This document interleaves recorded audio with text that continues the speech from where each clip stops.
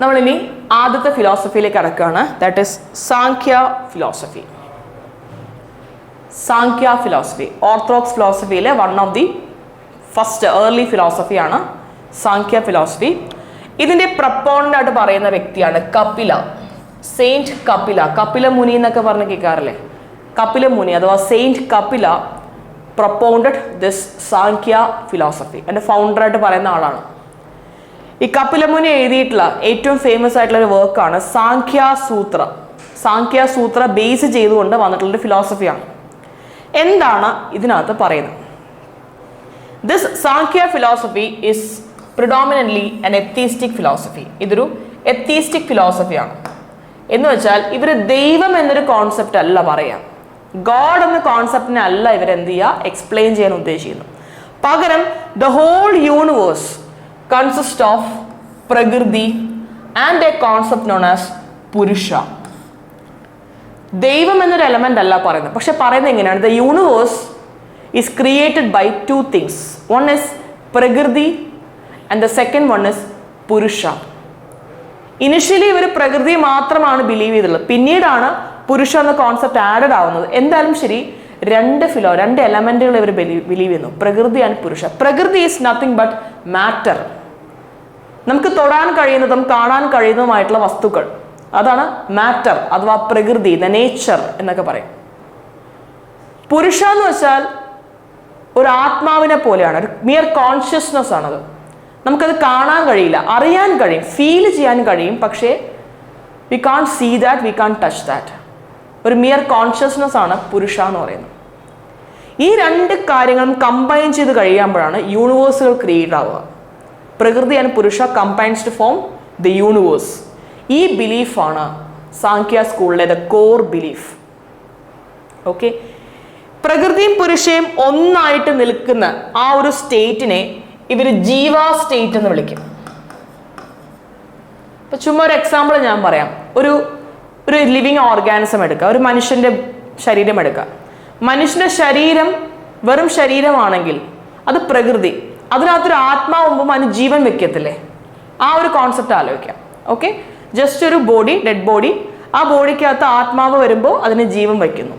അതായത് പ്രകൃതി ആണ് ആ ബോഡി കൊണ്ട് ഉദ്ദേശിക്കുന്നത്, ആത്മാവാണ് ആ പുരുഷ എന്ന് പറയുന്നത് ഉദ്ദേശിക്കുന്നത്. രണ്ടും കൂടി ചേരുമ്പം എന്ത് സംഭവിച്ചു? ജീവൻ വെച്ചു. ആ സ്റ്റേറ്റ് ഓഫ് ആക്ഷനെയാണ് നമ്മൾ ജീവ എന്ന് പറയുന്നത്. Prakriti and purusha combined to form that state is known as jiva state. പക്ഷേ പ്രകൃതിയും പുരുഷനും തമ്മിൽ ലിബറേറ്റ് ആയാലോ, രണ്ട് സെപ്പറേറ്റ് ആയാലോ, that is meant by moksha. അല്ലെ, ഒരാൾ മരിക്കുമ്പോൾ ആത്മാവ് വിട്ടു പോകുമ്പോഴല്ലേ മോക്ഷം കിട്ടുക എന്ന് പറയുന്നത്. അങ്ങനെ ആലോചിച്ചാൽ മതി. പ്രകൃതിയും പുരുഷനും ഒരുമിച്ച് നിൽക്കുമ്പോൾ ആ സ്റ്റേറ്റിനെ നമ്മൾ ജീവ സ്റ്റേറ്റ് എന്ന് വിളിക്കും. ലിബറേറ്റഡ് ആയിക്കഴിഞ്ഞാലോ that state is known as Moksha state. ഇതാണ് ഈ ഒരു സാങ്ഖ്യ ഫിലോസഫിയുടെ കോർ ഫിലോസഫി. ഓക്കെ, അപ്പൊ കുറച്ച് സയന്റിഫിക് ആയിട്ട് കൂടിയുള്ള ഫിലോസഫി ആണെന്ന് വേണമെങ്കിൽ പറയാം.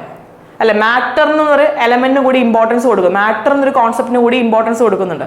വെറും ഫിലോസഫിക്കൽ ആംഗിൾ മാത്രമല്ല, അല്ലെ, ഒരു മിസ്റ്റിക് ആയിട്ടുള്ള ഒരു ഫിലോസഫി അല്ല ഇത്. അവിടെ പ്രകൃതി എന്നൊരു എലമെന്റിന് കൂടി ഇമ്പോർട്ടൻസ് കൊടുത്തിട്ടുണ്ട്. അപ്പോൾ കുറച്ച് സയന്റിഫിക് ആയിട്ടുള്ള വ്യൂ പോയിന്റ് മുന്നോട്ട് വെക്കുന്ന ഒരു ഫിലോസഫി ആണെന്ന് ഓർത്തു വെച്ചേക്കാം. ഇനി ഈ ജീവ സ്റ്റേറ്റ് എങ്ങനെ അക്വയർ ചെയ്യാൻ കഴിയാം?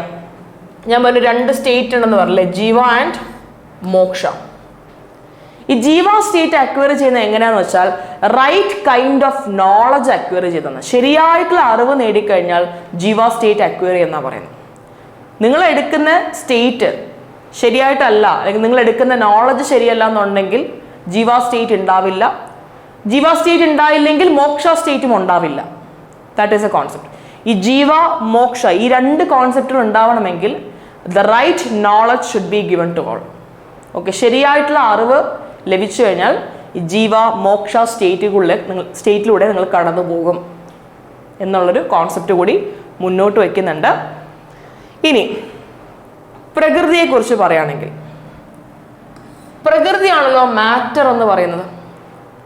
പ്രകൃതിയിലെ ഓരോ ജീവജാലങ്ങൾക്കും 3 ഗുണങ്ങളുണ്ടെന്നും ഇവർ വിശ്വസിക്കുന്നുണ്ട്. 3 ഗുണാസ്. ഒന്ന് രജോ ഗുണം, തമോ ഗുണം, സത്വഗുണം. 3 ഗുണങ്ങൾ. ഓക്കെ, തമസ്, രജസ്, സത്വ. തമോ ഗുണം, രജോ ഗുണം, സത്വ ഗുണം. These are the 3 gunas for each and every organism. Okay, അത് എന്തും ആയിക്കോട്ടെ, ലിവിങ് ഓർഗാനിസം ആയിക്കോട്ടെ, നോൺ ലിവിങ് ഓർഗാനിസം ആയിക്കോട്ടെ, പ്രകൃതിയിലുള്ള എല്ലാ വസ്തുക്കൾക്കും പ്രകൃതി എന്ന് പറയുന്നത് തന്നെ 3 ഗുണങ്ങളുള്ളതാണ്. തമോ ഗുണം, രജോ ഗുണം, സത്വ ഗുണം. തമോ ഗുണം എന്ന് വെച്ചാൽ കുറച്ച് നെഗറ്റീവ് ഷെയ്ഡിൽ പറയുന്ന ഒരു ഡാർക്ക് ഷെയ്ഡിൽ പറയുന്ന ഒരു ക്യാരക്ടറാണ്. അത് ലേസി ആയിട്ട് നിൽക്കുക എന്നൊക്കെ പറയില്ലേ, ലേസി, കുറച്ച് ഡാർക്ക് ആയിട്ടുള്ള ആൾക്കാർ, സ്കിന്നിന്റെ കളർ വെച്ചിട്ടല്ല കേട്ടോ പറയുന്നത്, കുറച്ച് ഡാർക്ക് ഷെയ്ഡഡ് ആൾക്കാർ, ലേസി ആയിട്ടുള്ള ക്യാരക്ടറുള്ള ആൾക്കാർ, അത്തരം കോൺസെപ്റ്റാണ് ഈ തമസ് എന്ന് പറയുന്നത്, തമോ ഗുണം. രജോ ഗുണം എന്ന് വെച്ചാൽ രാജാവിനെ പോലെ എന്നാ പറയുന്നത്. രാജാവ് കുറച്ച് പാഷനേറ്റ് ആണല്ലോ അല്ലെ, പിടിച്ചെടുക്കണമെന്നൊക്കെ ആഗ്രഹമുള്ള, കുറച്ച് പാഷനേറ്റ് ആയിട്ടുള്ള, വിൽ പവർ ഉള്ള ആൾക്കാർ, രജോ ഗുണം. അതാണ് രജസ് എന്ന് പറയുന്നത്. സത്വഗുണം എന്ന് വെച്ചാൽ സാത്വികനെ പോലെ എന്നർത്ഥം.